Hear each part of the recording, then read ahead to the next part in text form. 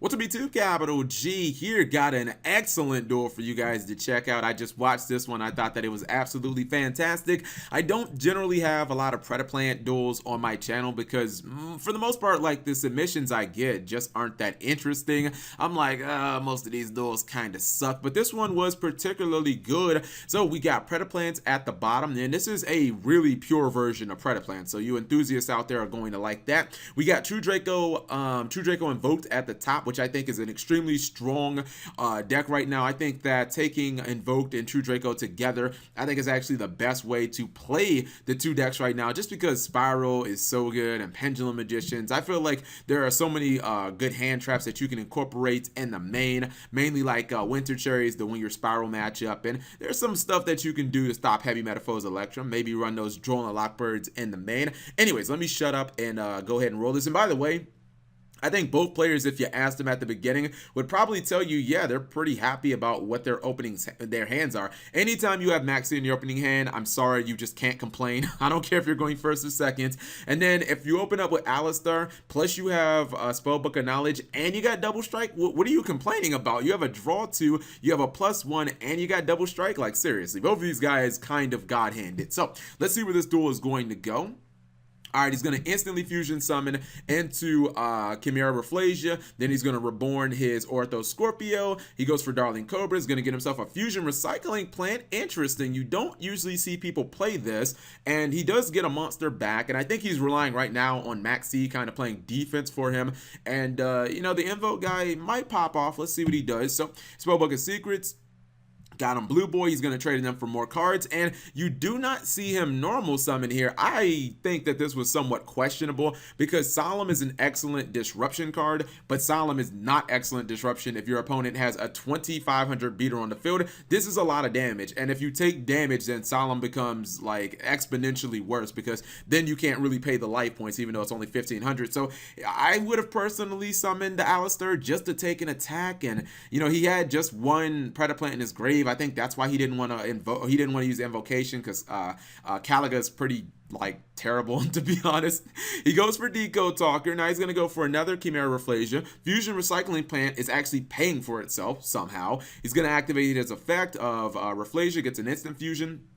So it's not looking so bad. He's going to go ahead and he's going to search. He's still not fusion summoning. And let me check his graveyard. Oh, yeah, it's nothing but dark monsters. So he won't commit to... Well, he could have summoned the fire one, but I don't think he has enough monsters on his field to make it worth it. And he has nothing. Well, no, he has Spellbook of Blue Boy. That's what I was going to call him. He has Spellbook Magician, but I think he's afraid that, like, Decode Talker is just going to be way too strong. Why did he summon Alistar? So that it linked up with Decode Talker? Anyway, maybe this True Draco guy is terrible. He's gonna go for True King's Return. Now he's gonna summon his copy of Masterpiece, and I was like, all right, it's getting interesting. Decode Talker tries to activate. That's gonna get smacked upside the head by the copy of Ghost Ogre.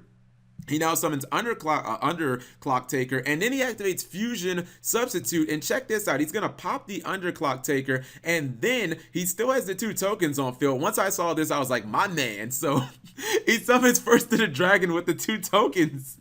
This thing is unaffected and cannot be destroyed by effect monsters. So I was like, all right, that's what I'm talking about. He is going to Invocation. That's going to prompt out that Maxi, which just gets him 1 draw. So it's not like he's getting a ton there. And he's going to go for the Tribute Summon of Majesty's Maiden. He's going to pop a card. He wastes his Masterpiece right there. I believe he tried to pop First of the Dragons, not really knowing what he does. And yeah, as someone who used to play this card just for a smidgen of time and Luna Lights because of Gofu, it's a pretty hard card for people to kill. So let me go ahead and continue playing this.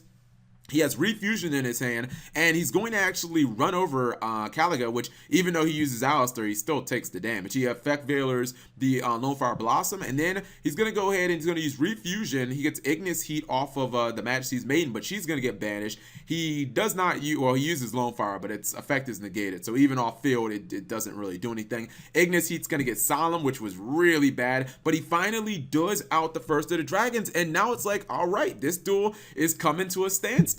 He's got his Masterpiece. He has really simplified this game state. And honestly, I'll take, if you're gonna give me Masterpiece versus 2 cards, I'll take Masterpiece like 99% of the time versus like any 2 cards in Yu-Gi-Oh! Unless they're Pendulum Scales. That's like the only thing maybe I won't take over Masterpiece. So Masterpiece is going to hit the Lone Fire, and Masterpiece is unaffected, I believe, by traps and monster effects, right? Yeah, traps and monster effects. And he's back in this game. Masterpiece is wrecking him, and it really looks like the duel is probably going to be over.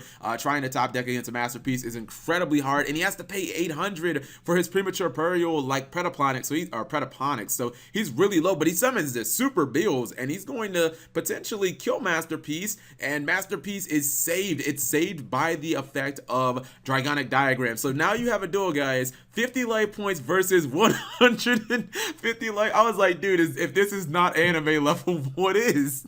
Seriously, this is straight out of the fucking anime. And I think he might make a boo-boo here. So summons Alistar again.